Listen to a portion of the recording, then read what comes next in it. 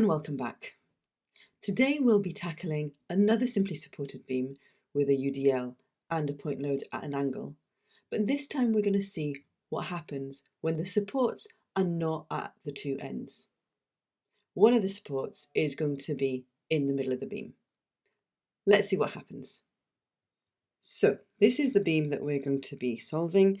It's got a pin support at A, an angled load of 20 kilonewtons at a 45-degree angle at B, a roller support at C, and this hang-off bit, CD, has a uniformly distributed load of 5 kilonewtons per meter. We're going to start off with a free body diagram and reactions, but once again, if you're feeling confident with the reactions, you can just skip forward to analysing the beam. Let's start off by quickly looking at this force of 20 kilonewtons at a 45-degree angle, and I'm going to divide it into its components to make this easier to analyse. So I'm going to have a force here in the negative x and a force here in the negative y. This is going to be 20 sine 45 and this is going to be 20 cos 45. But as you know, sine 45 and cos 45 are the same, and in both cases I'm going to get 14.14 kilonewtons. I am going to substitute that into my beam. So I'm going to replace this force of 20 with the two components that we found, and it'll just help me analyse quicker what is contributing to shear and what is contributing to axial load. So 14.14 and 14.14 here. The next thing that I'm going to do is I'm going to swap out my supports for the reaction forces. So this pin support at A gives me AY and AX, and this roller support at C gives me CY. And now let's look at the reaction forces. We'll start off with sum of forces in the x direction equals 0, and in this case I've got AX minus that component of the angled load, so minus 14.14 equals 0, and AX works out as 14.14 kilonewtons. The next thing I'm going to do is I'm going to do sum of moments around A equals 0. And here, if I go from left to right, I've got minus 14.14 times 2 meters, that's the distance around A. And then I've also got a negative moment from that UDL, so minus 5 times 2, that gives me the force, that's the shape of the UDL, and then times the distance, which is going to be 2 divided by 2, so that gives me the centroid, which is here, plus this rest of the distance that I need to get to A with, which gives me another 4 meters. And I've also got CY, the reaction force, times 4. And all of that should sum up to 0. If I sum everything up and isolate CY, I get that 4CY equals 78.28. And if I divide everything by 4, I get that CY is 19.57 kilonewtons. And the last thing that I want to do is I want to do sum of forces in Y. So in Y I've got AY plus CY, those are my two reaction forces, minus 14.14, the Y component of that point load, and minus 5 times 2, that is the area of the rectangle, which gives me my UDL. That equals 0, and so I get that AY equals 24.14 minus CY, so 24.14 minus 19.57, and AY therefore works out as 4.57. Now, before we continue, what we might want to do is we might want to check our reactions. Let us do sum of moments around C. So around C, if I go from left to right, I've got minus AY times 4. Then I've got plus 14.14 times 2, so that's the y component of that point load. And then I've got negative that UDL, so negative 5 times 2, and then times the distance, which is going to be from the centroid, so 2 over 2. And if I substitute my AY as 4.57, I will find out that this equals 0. And the very last thing that I want to do, I want to put the actual values of the reactions. So AX worked out as 14.14, AY worked out as 5.57, and CY was 19.57. Now that we have our reactions and our free body diagram, we can move on to deciding where we're going to cut the beam, as always, before and after any change in the loads or any point of interest, such as a support. And then we can analyse the internal forces. Let's begin. Okay, so as we said, where are we going to cut? We're going to cut somewhere between A and B after that first support. We'll then cut again between B and C once we've added that point load, so somewhere here. And then once again, we'll cut between C and D after that support at C, but also somewhere in the middle of that UDL to see how that influences the internal forces. So as usual, I'm going to give a bit of space for everything. So I'm going to start off by drawing a space for each of my internal forces. So axial, shear, and for moment. And let's begin. We'll begin with the first cut, which is somewhere from A to B. Start off by drawing a bit of the beam.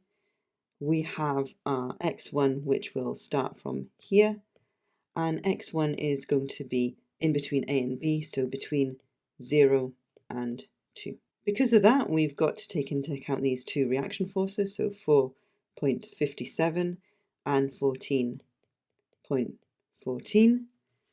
And obviously, to balance everything out, we need the internal forces. So we've got N x1, we've got S x1, and we've got M, the moment, x1. Starting off with the sum of forces in X to give us the axial force, and we've got N x1 plus 14.14 equals 0, so N x1 equals minus 14.14, which means, according to our sign convention, that our axial force is in compression. Moving on to the sum of forces in the y direction, and that gives me the shear force in this case, minus Sx1, and then we've got plus that reaction force of 4.57 equals 0. So the shear force, if I isolate it, works out as 4.57, and we can see that that is a constant. And the last thing that I want to do is the sum of moments at the cut equals 0. So in this case, I've got mx1 and I've got minus 4.57 times x1 equals 0. So mx1 equals 4.57 x1. And that is the equation for moment. I can see that it's dependent on x, which means it's a linear line. Let's check some points of interest. What happens when x1 equals 0, and what happens when x1 equals 2. So essentially point A and point B. I can see immediately that when x1 equals 0, I get 0, which is exactly what I'm expecting. And when x1 equals 2, I get 9.14 kilonewton meters. So just to keep on top of everything, let's quickly draw out our results for the first cut. So here I had, up until B, that's where I am, minus 14.14 for my axial load. For my shear force, I've just got a step, so it's constant along this line, and I've got plus 4.57, and for the moment I started here at 0 and I reached 9.14, so let's say something like that, and it's a linear line, so I know it's going to be a straight line between them, and that is 9.14 drawn on the tension side. Moving on to my second cut between B and C, I'm going to once again draw that bit of beam that I have, only in this case I've already covered these 2 meters, and I'm going to start my x2 from here. Due to that, I've got my reaction force of 4.57 to consider, as well as the reaction force of 14.14, and I've also got the concentrated load at an angle that appeared here, which was 14.14 and 14.14. And to balance everything out, I obviously need to add in my internal forces, so N, S, shear, and my moment M. And once again, let's go through all the equations of equilibrium. So sum of forces in the x direction equals 0. I've got N x2 plus the reaction force of 14.14 and minus that concentrated load of 14.14, which leaves me with an axial force of 0. Moving on to my y direction, which will give me my shear force, I've got minus S x2, then I've got that reaction force 4.57 if I'm looking from the left, and minus 14.14 for that concentrated load, and that's everything I have in the y direction. If I sum it up, I get that S equals minus 9.57 kilonewtons. And the last thing that I need to do is to find out my moment. So I'm going to do sum of moments at the cut equals 0. And here I've got that internal moment minus the reaction force of 4.57 times 2 plus x2 and plus 14.14 x2 equals 0. And if I isolate the moment, I get that the moment equals minus 9.57 x2 plus 9.14. And that is my equation for moment. We can see here that it's linear because it is a function of x. Let's quickly establish some interesting points. What happens when x2 equals 0, so essentially point B, and what happens when x2 equals 2, so point C. I can see immediately that when x2 equals 0, I end up with 9.14 kilonewton meters, which is exactly what I'm expecting. There's been no jump in moment, so that's excellent. And when I arrive at x equals 2, I get minus 10 kilonewton meters. And that means that I have changed sides. So let's draw all of this on. Let's start with a moment because we've just discussed it. I can see that I've now gone to a moment here, still in linear line between them, so still a straight line. I can see that if, when I drew my moment, I assumed that it was in this direction, it's actually not, right? It's really in this direction, which means it's pulling and elongating the top, so tension at the top, and it's pushing and shortening the bottom, so compression on the bottom, meaning that that 10, that minus 10, has to be drawn here on the top. So now that we understand the moment, let's quickly put everything else in. For my axial force, I got 0, so just a 0 line here. And for my shear force, I have a jump, and I jumped down here to 9.57 and a straight line, which is getting in the way of my moment, but hopefully that is clear. And I can see actually that I passed through 0, which did give me this peak of 9.14 kilonewton meters here. The other interesting thing to note is that this height in total of the jump is equal to 14.14. That is the jump in the force. And now we can move on to the third cut. For our third cut, let's do something a bit different. Let's go from D to C. So if I draw out the bit of the beam I'm discussing, what I want to do is I want to look at x3 that starts from here, starts from point D. And that means that x3 is going to be from 0 to 2, so from D to C, so still 2 meters, but it is going to go from right to left. I'll have to consider my UDL and also obviously all the internal loads. What I need to make sure to be consistent is that the internal loads this time are equal but opposite in direction to those I declared before. So you can see that N is going from right to left, still in tension. The shear force is going to go up, so S x3, and the moment is going to counteract the moment that I drew on the other side, so M x3.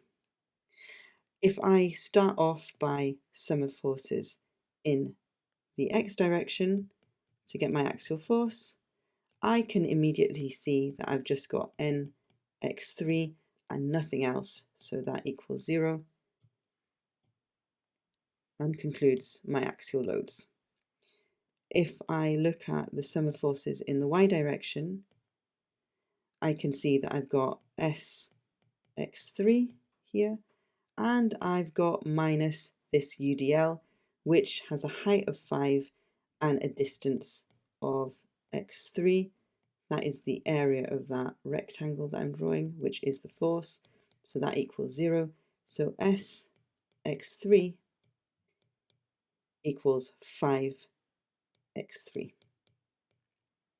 So I can see here that the shear force is linear, and I want to establish a few points. What happens when x3 equals 0? That gives me point D. What happens when x3 equals 2? That gives me point C. And I hope to match what I found before. So when x3 equals 0, I can see immediately that I get 0. And that makes sense, because when I start off at point D, I don't have a jump in shear. I've got a UDL starting. And when x3 equals 2, I can see I've got 10 kilonewtons. Let's see if these make sense before we move on to discuss the moment. So just continuing my 0 line here, and here I can see that for my shear, I've got minus 9.57. I'm jumping 10 at point C and 0 at point D, and a straight line in between them, a linear line. This we said is 10. So I've jumped, just going to draw this here. So this height that I've jumped, you can see, is 10 plus 9.57. That gives me 19.57. And that is exactly my reaction force. That is the jump that I'm expecting. So these are both really good. Let's now continue to the moment. So if I do the sum of moments at the cut, I have here minus mx3, because now this is drawn in the negative or in the clockwise direction, and minus the force, 5x3, that's the force, times the distance, which is going to be x3 over 2 equals 0. So mx3 equals minus 2.5 x3 squared. And I can see already that this is going to be parabolic. Let's check key points. What happens when x3 equals 0? So that is point D. And what happens when x3 equals 2? Point C. I can see immediately that at D, when x3 equals 0, I get 0. And when x3 equals 2, I get minus 10 kilonewton meters, which is exactly what I got before. So I go from 0 here to that minus 10, and it's parabolic. So it's going to look like this. Okay, so just to clarify, that is a parabola, and these ones are linear. And that is us finished finding all the internal forces. So before we finish up, let's just have a look at our final diagrams and reiterate some key points that we discussed. Okay, so looking together, we can see that we did have a horizontal external load, right? It was this load here, and we can see that that contributed to a negative axial load, meaning a compression load. We can also see here that when we got to shear, we had jumps every place that we had a point load.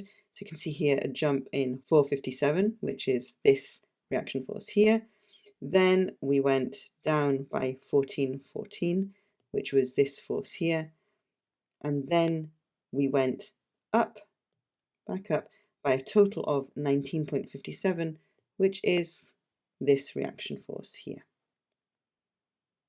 And we ended up with 0. There was no reaction force here. And then if we look at the moments, we started and ended with 0, as we expected. We then, when the shear force passed 0, we got one peak, and when the shear force passed 0 again, we got another peak, and we can see that we had a linear line where we just had point loads, and we had a parabolic line here where we had a UDL. And that's another beam solved. I hope you found that useful. See you again next time. Bye for now.